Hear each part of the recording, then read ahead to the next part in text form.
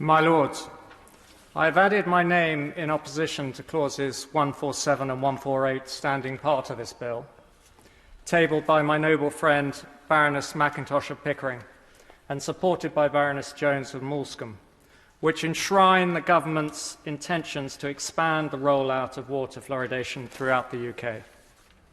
Should the House decide that they remain, I also speak to Amendments 259B and 259D in my name, which make the implementation of the policy conditional upon an environmental impact assessment and the analysis of recent US government-funded, peer-reviewed studies. Baroness Mackintosh apologises for not being present in the chamber today as she is being pinged, but she wanted me to convey her support of Amendments 259B and 259D. It is most unfortunate that the important topic of water fluoridation has not been granted a full debate of its own in this House. That it has been slipped in via these backdoor clauses does a huge disservice to the issue and detracts from the important debate over the Health and Care Bill itself. These clauses, in effect, ride roughshod over the current status quo on water fluoridation in terms of legal precedent. They also ignore the existence of effective alternative strategies for fighting tooth decay, as practiced not only in Scotland, but in most other countries in the world. While roughly 10% of the population lives in artificially fluoridated communities, it is true that no areas have been added since the late 1980s. Successive governments have tried to increase the coverage, but have failed, including in Southampton a few years ago. The reason being that the measure meets stubborn resistance from local communities who do not wish to be mandated to drink fluoridated water. In Scotland, Lord Jauncey, in the case Mrs McColl versus Strathclyde Council 1983, concluded that fluoridation amounted to illegitimate medical treatment via the public water supply. Since then, the Health Service in Scotland has focused on other measures to improve children's oral health with a considerable degree of success. The government policy paper used to support the insertion of these two unfortunate clauses only appears to report what the fluoridation proponents want ministers to hear, namely that the practice benefits teeth and has no threat to the rest of the body. But four high-quality US government-funded studies published since 2017, all peer-reviewed, looked at the effects on the brain. Each one reached concerning conclusions. The first of these studies, by Bashash et al., appeared in the high-impact journal Environmental Health Perspectives in 2017. This mother-child cohort study showed a 4 to 5 point loss of IQ in offspring associated with maternal fluoride intake, typically experienced in a fluoridated community. 300 mother-baby pairs were followed for 12 years with a mother's fluoride exposure measured directly via urinary fluoride level, and the paired offspring's IQ was measured at 4 and 6 to 12 years of age.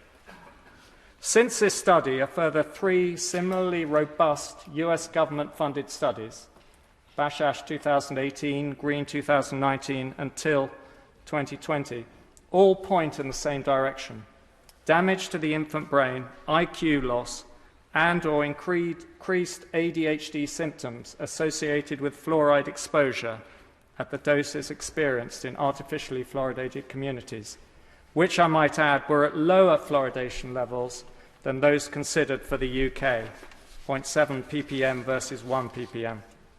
According to Dr. Philippe Grandjean from Harvard University, fluoride is causing a greater overall loss of IQ points today than lead, arsenic, or mercury.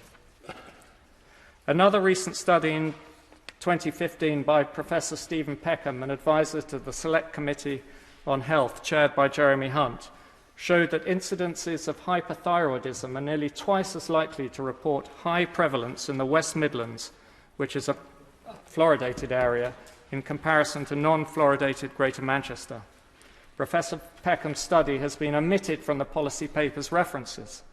So too has the conclusion of the important 2015 Cochrane Review, which found as follows: no strong evidence that fluoridation reduced tooth decay in adults, no strong evidence that tooth decay increased when fluoridation was halted in a community, and contrary to claims from promoters that fluoridation helps low-income children, it found, and I quote, there was insufficient evidence to determine whether water fluoridation results in changes in disparities in caries levels across socio-economic status.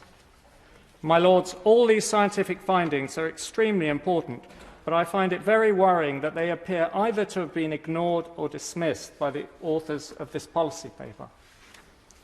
Amendment 259D commits the government to have these 4 US studies reviewed by expert toxicologists. I turn now to the matter of why fluoride in the UK is not considered a medicine when the WHO has recently classified it as such. Why does the government refuse to do the same? It contends that water fluoridation has a medical benefit in terms of reduced tooth decay. Could it be that by defining fluoridated water as medicine, the government then submits itself to regulation and scrutiny? The MHRA is responsible for the licensing requirements for medicinal products.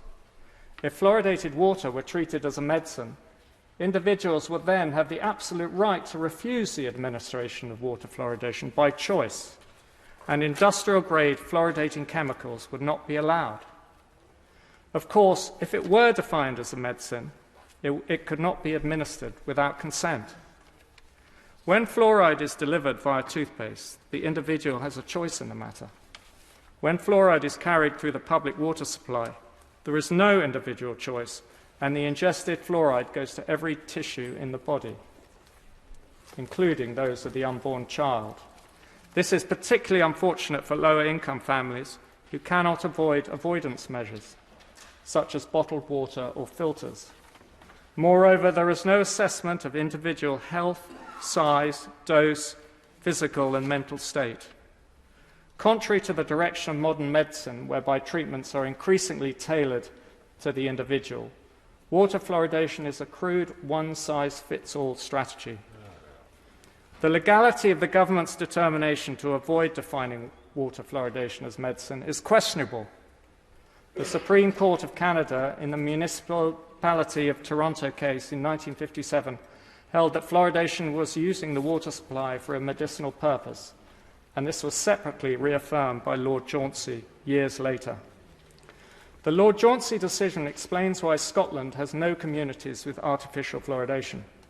The Scottish Health Department, to its credit, instead has developed an exciting programme called Child Smile.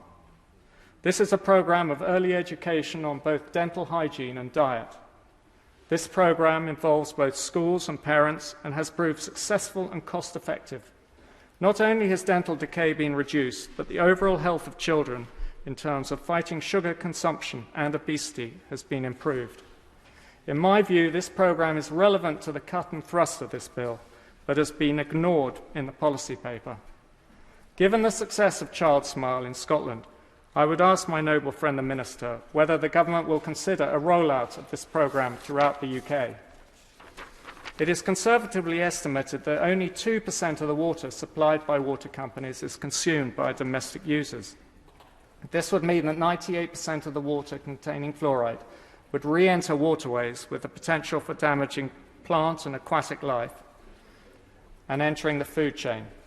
Under the EU Dangerous Substances Directive, fluorides are classified as deleterious to the aquatic environment. Last month, the Environmental Audit Committee in the other place published a report concluding that a chemical cocktail is polluting English rivers and putting public health and nature at risk. We must refrain from adding fluoride to the toxic mix. I would add that in addition to the toxicity of fluoride itself, contaminants like lead and arsenic are often present in the industrial-grade fluoridation chemicals used. These frequently derive from the hazardous waste of the phosphate fertilizer industry. Given the repercussions for the environment, our waterways, animals, fish, and other wildlife from this policy, it seems surprising that DEFRA does not appear to have been involved in the decision-making process for water fluoridation. Perhaps my noble friend the Minister can explain. Last year, we heard the Secretary of State for Health announce that £10 million will be charged to water bill payers for the rollout of water fluoridation, but I would suggest that it will cost taxpayers considerably more.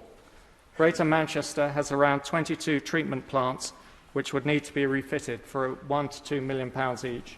Using a back-of-the-envelope calculation to cover parts of the UK not already fluoridated will conservatively cost in excess of £300 million, excluding chemicals or running expenses.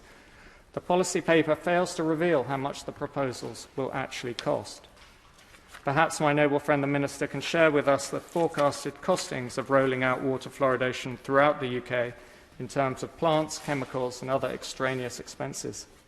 In addition, has Her Majesty's Treasury, the Public Accounts Committee or any respected independent body, such as the Office for Budget Responsibility or the IFS, scrutinise the real costs and their effect on the public finances and health budget? Will these unknown extra costs be met by cuts to NHS dental departments or other parts of the health budget? In my view, this money would be far better spent on early education on dental hygiene and diet, as in the Scottish Child Smile programme. In conclusion, I contend that clauses 147 and 148 endorsing fluoridation should be withdrawn from the bill.